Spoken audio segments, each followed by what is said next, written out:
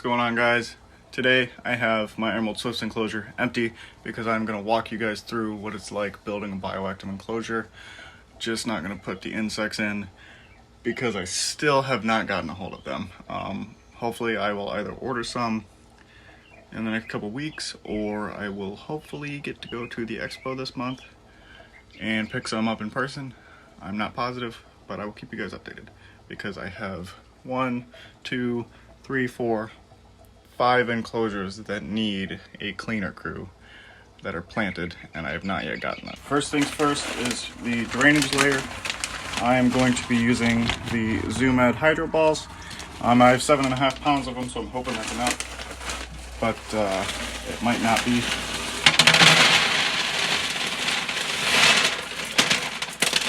I want to get right around an inch of them, so we're going to hope that 7.5 pounds is enough to do this one enclosure. Like I said, I'm not positive. Here's the first 2.5 pounds.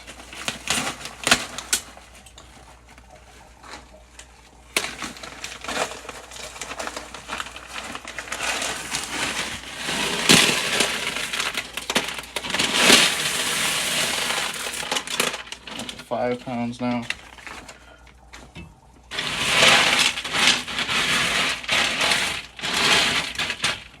Looks like we are going to have to use all 7.5 pounds. It's not a big deal. Just going to spread it out so it's even.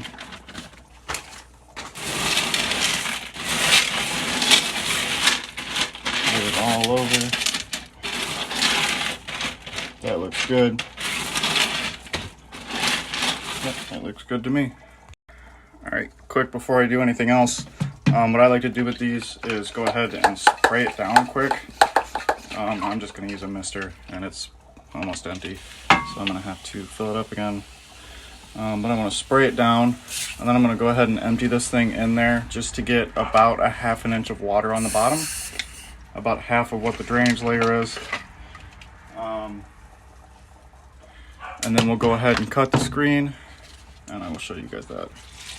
So I'm just going to pour that in there. And then I will go fill this up and pour the rest in. But I won't show you guys that. I just wanted to show you this quick. Here is the water level. It's about 1/4 of the way up the drainage layer, but I will go ahead and start cutting the screen. Decided not to go all the way with this one, just to kind of see how it works. So we'll go ahead and cut the screen and start getting everything put together. Alright, so I have the same window screen that I've used for the other 4 enclosures. Well, the other 3, because I didn't do a drainage layer and tillies. My leopard gecko. So what I'm going to do is, since the enclosure is 19 wide by 19 deep, I'm going to go ahead and do it 20 by 20 and then cut it down in the enclosure since it's a hexagon and not a square. Screen is cut out. Like I said, we're going to go ahead and set this in there and then trim it down to size. So I'm going to go ahead and put it in, which obviously it's going to be quite a bit too big, which I think I cut it a little longer than I expected to. So we're going to take this and set it in here, and I'm actually just going to fold this down instead of cutting it down and put the substrate in on top of the folds, and they will be in the back where most of the large plants are, so you are not able to see the folds. So I'll show you guys what that looks like when I start putting plants in. Alright, I just have a small deli cup that I'm going to start putting substrate in to begin with, just to kind of get it around the edges so it's not in the drainage layer. And then I will start dumping the rest of the substrate in to make it easier.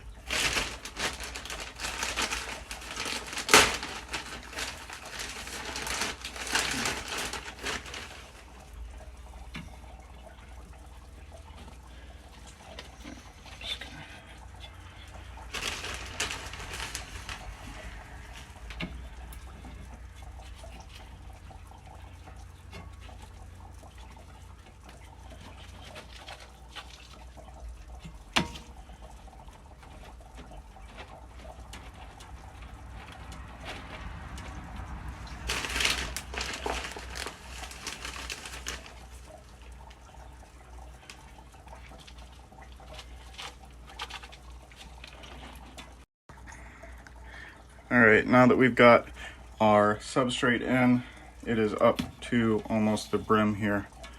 Didn't want to go over that so it doesn't leak out every time I open the enclosure to feed or change my Emerald Swift's water and food out. But now what I'm going to do is go ahead and get an idea for hardscape, as in where I want to put things. Just kind of get an idea or an estimate as to where things are going to go, what I'm going to use where, so I can start looking at where I want to put plants and how they're going to be oriented in the tank. So we're going to do that quick.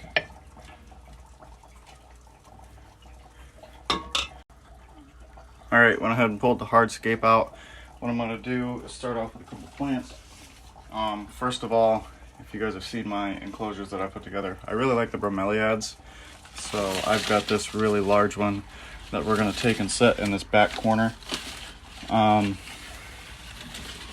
Just to give him some good space to hide and stuff to climb on, being the leaves and the flower itself. So there's that in the corner. Next, I am going to use this large Draconia plant. That is going to go right here. And I'm going to go ahead and put that in off camera. Alright, have that Draconia in. Decided to put some of the hardscape in to kind of keep everything in place while I mess around with the rest of the plants, which I'm going to show you. I'm going to go ahead and put 2 pothos plants in now. These are from my axolotl tank, so they've had some time to grow. Go ahead and pluck these roots a little bit. So this first one is just going to go right here in the front, just to give the foreground a little bit of something.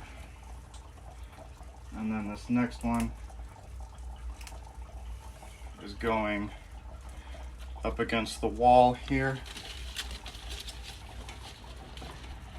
where the cork round hide is going to go.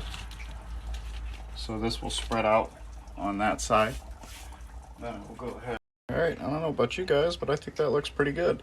I'm going to go ahead and fill the water dish up quick and mist everything down before I toss him in there.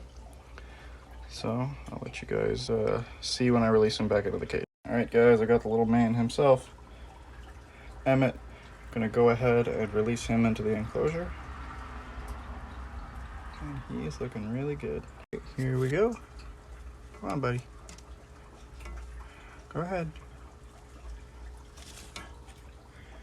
I'll give him some time to settle in. I'll keep you guys updated on the next couple days as to how he's doing. But yeah, thank you guys for watching. That's a Bioactive build.